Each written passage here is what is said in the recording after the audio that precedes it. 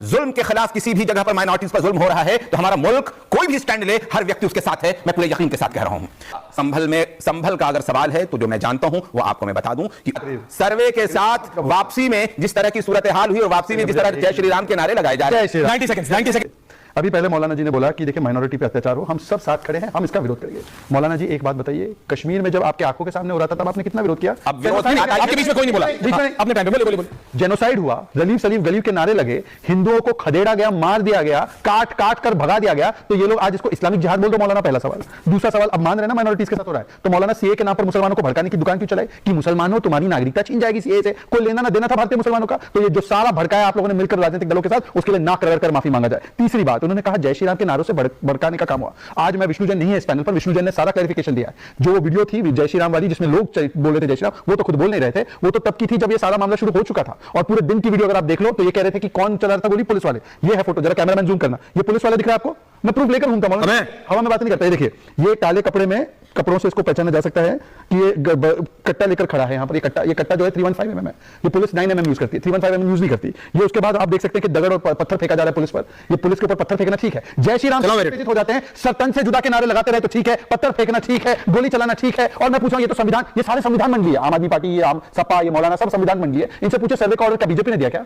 फेंकना ठीक है, गोली चलाना ठीक है। और मैं पूछा, ये तो संविधान, ये सारे संविधान मंडली है, आम आदमी पार्टी, ये सपा, ये मौलाना, सब संविधान मंडली है। इनसे पूछे सर्वे का ऑर्डर क्या बीजेपी ने दिया क्या?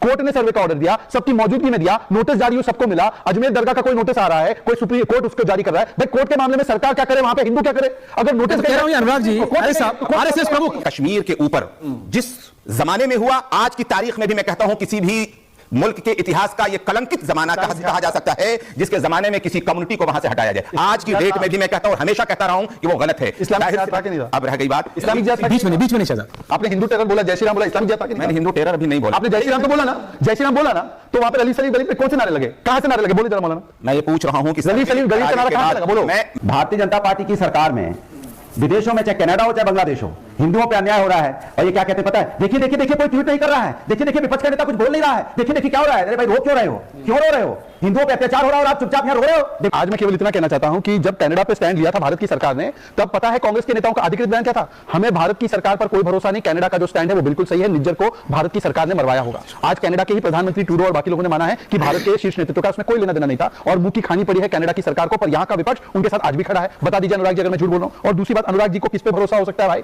आज इनके सबसे बड़े नेता राम गोपाल यादव जी ने कहा है कि लोअर कोर्ट ऐसे फैसले देते हैं जिससे देश में आग लग जाती है। जब इनसे पूछा गया कि पुलिस वालों पर पथराव किया गया दंगाइयों द्वारा, तो दंगाइयों को बचाने के लिए एक और बयान आया था कि पुलिस इस तरह की कार्रवाई करेगी तो पत्थरबाजी होती रहेगी। तो अच्छा, जब कोई न्याय नहीं कहीं से मिलेगा तो निराश होकर आदमी क्या करता है? निराश होकर पत्थरबाजी करेंगे। ये है राम गोपाल यादव जी जो पत्थरबाजों के कृत्यों को जस्टिफाई कर रहे हैं वोट बैंक की राजनीति में, जो कोर्ट आग लगाती है। ये कह रहे हैं, एक बार बोल दीजिए अनुराग जी, संविधान के साथ है ना आप, तो बोल दीजिए कि भारत की सरकार के स्टैंड को नकारेंगे, कनाडा सरकार की गोद में बैठेंगे, पुलिस को नकारेंगे, दंगाइयों की गोद में बैठेंगे, कोर्ट को नकारेंगे, और जो है वो जो जिहाद की बात करते हैं उनके साथ बैठ जाएंगे। बता दीजिए आपका स्टैंड क्या है? बताइए। कुछ लोगों के लिए वोट बैंक नीति, राष्ट्र नीति और अपनी खुद की सेकुलरिज्म की नीति से ज्यादा जरूरी है। ये वही लोग हैं जो 72 ट्वीट गाजा में जो मुस्लिमों के साथ कुछ हो रहा है उसके ऊपर कर देते हैं। चुनाव होने वाले होते हैं, उनको लगता है कि मुस्लिम वोट बैंक जरूरी है, इसलिए गाजा पर अनलिमिटेड ट्वीट दागे जाते हैं। और आज जब बांग्लादेश जो गाजा से बहुत करीब है हमारे, वहां पर हिंदुओं के साथ लगातार उनके साथ अत्याचार हो रहा है, इसमें कोई दो राय की बात नहीं है, तो उस पर सेकुलर सन्नाटा है। और आपको मेरी टी शर्ट दिख रही है? जी जी बिल्कुल। देखिए मेरी टी शर्ट एक है तो सेफ है। बार बार मुझे ताना कसा गया, ये राजनीतिक नारा है, ये पॉलिटिकल नारा है, ये चुनाव के लिए नारा है। आज क्या ये नारा बांग्लादेश में आपको दिखाई नहीं दे रहा है? एक प्रकार से जब वहां पर एक नहीं रहे तो सेफ नहीं रहे, वहां पर बटे तो वहां पर कटे। और कटने वाले कौन है? आपको पता है बांग्लादेश में ज्यादातर जो हिंदू समाज के लोग हैं, मलूक नागर जी उनकी ज्यादा इस पर स्टडी भी होगी, वो एससी एसटी ओबीसी कम्युनिटी से है। पर पीडीए करने वाले लोग करल की बेटी पर भी चुप हो जाते हैं, दलित बेटी पर, और यहां पर कटने वाले हिंदुओं पर भी चुप हो जाते हैं। दूसरी बात, यहां पर अब कुछ ऐसे भी है जो यूटर्न करके अपने आप को असली हिंदुवादी बताएंगे, बोलेंगे नहीं हम लोग तो सरकार क्या कर रही है, हम लोग चिल्ला रहे हैं, हम लोग चीख रहे हैं, हम बोल रहे हैं, हमसे ज्यादा कौन है? उनसे पूछेगा सीए कानून का विरोध किसने किया? ये नीचे देखना, सॉरी ये जो डिब्बे बने, 3 डिब्बे बने हैं, एक मौलाना का, उनके नीचे है राजेश गुप्ता उनका आशीर्वाद लेते हुए, और दूसरे डिब्बे में हरे कुर्ते में अनुराग जी उनका आशीर्वाद लेते हुए। ये तीनों डिब्बे जो है वो सीए का विरोध कर रहे थे। आज मैं तीनों डिब्बों से, सॉरी तीनों पैनल से पूछना चाहता हूं कि सीए का विरोध आज भी करेंगे या कहेंगे कि हम नाक रगड़ कर माफी मांगते हैं, सीए कानून जरूरी था?